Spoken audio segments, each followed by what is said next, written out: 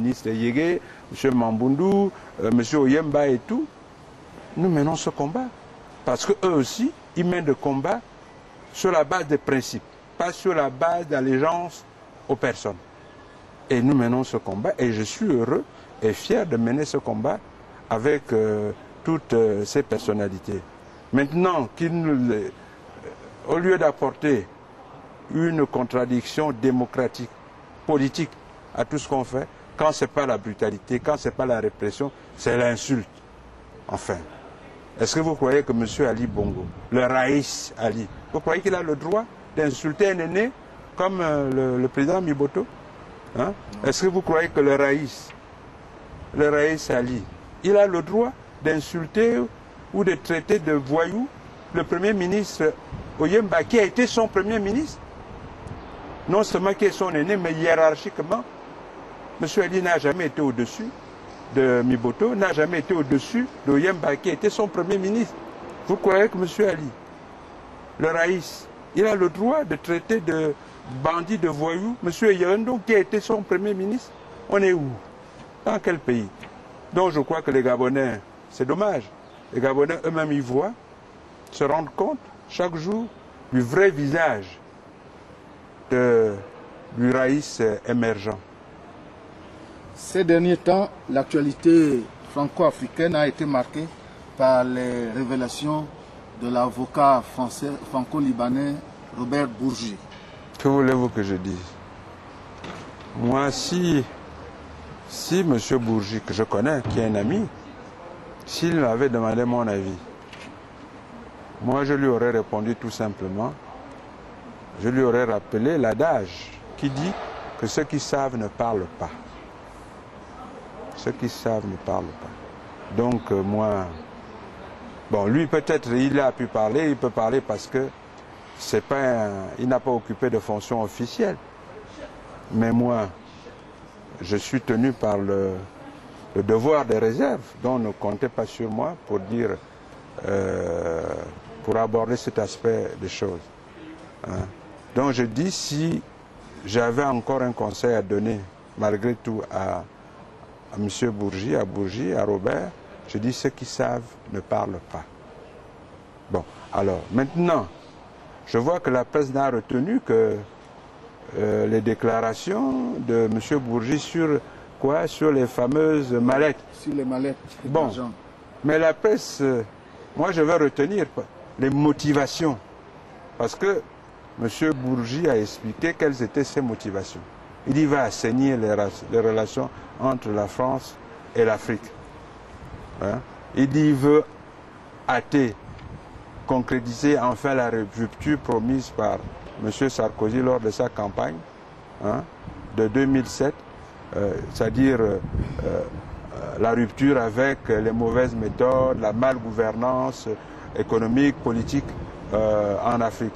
Il a même dit qu'il est sûr que M. Sarkozy et M.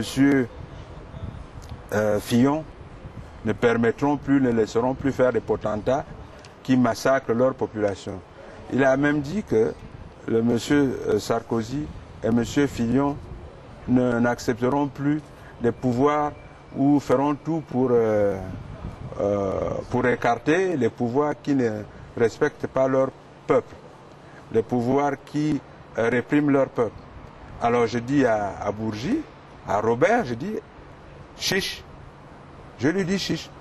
Il faut aller jusqu'au bout maintenant. Et je le dis d'autant plus que M. Bourgi a joué un rôle important, hein, dans l'imposition du Raïs Ali au peuple gabonais.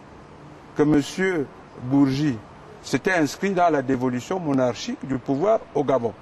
Donc, si vraiment il veut se refaire, comment dire ça, il veut chasser les vieux démons, si vraiment il veut être en paix avec sa conscience, c'est bien de dévoiler, de dire tout ce qu'il a dit sur les malades, même si moi je dis, je ne peux ni confirmer ni infirmer. Je lui dis, Robert, compte tenu du rôle que tu as joué au Gabon, un rôle que les Gabonais jugent négatif, et un rôle que l'histoire, et l'histoire le prouvera, nocif pour la démocratie au Gabon, alors là aussi, rattrape-toi. Il n'est pas trop tard. Fais en sorte que le choix des Gabonais, le 30 août 2009, soit enfin respecté. Et ce n'est que comme ça que, comment dire ça, le regret, la reconversion que tu annonces aujourd'hui sera crédible. Sinon, le reste, ce n'est que... ça peut ressembler à de la machination. Et je ne veux pas, moi, m'inscrire en ce schéma-là. Pour une fois, Monsieur le Président, l'opposition gabonaise parle d'une seule et même voix à la veille d'une échéance électorale.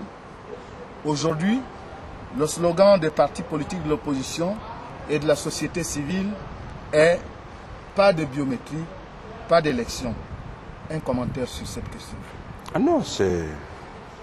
Écoutez, c'est... je ne peux que féliciter, d'abord la société civile.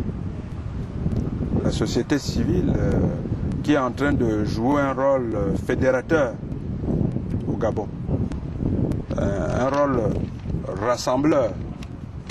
Et je crois que les choses, si on persévère sur cette position, les choses ne seront plus jamais comme avant. Parce que les divisions, l'éparpillement, les querelles de clochers, les querelles de personnes ont jusqu'à présent retardé l'avènement de l'alternance au Gabon. L'opposition est sociologiquement et politiquement majoritaire au Gabon.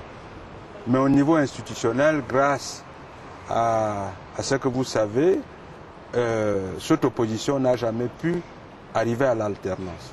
Donc le fait aujourd'hui que les hommes politiques, les hommes et les femmes politiques mettent de leur côté leurs ambitions légitimes, parce que c'est légitime que chacun veuille être président, veuille être ministre, veuille être député.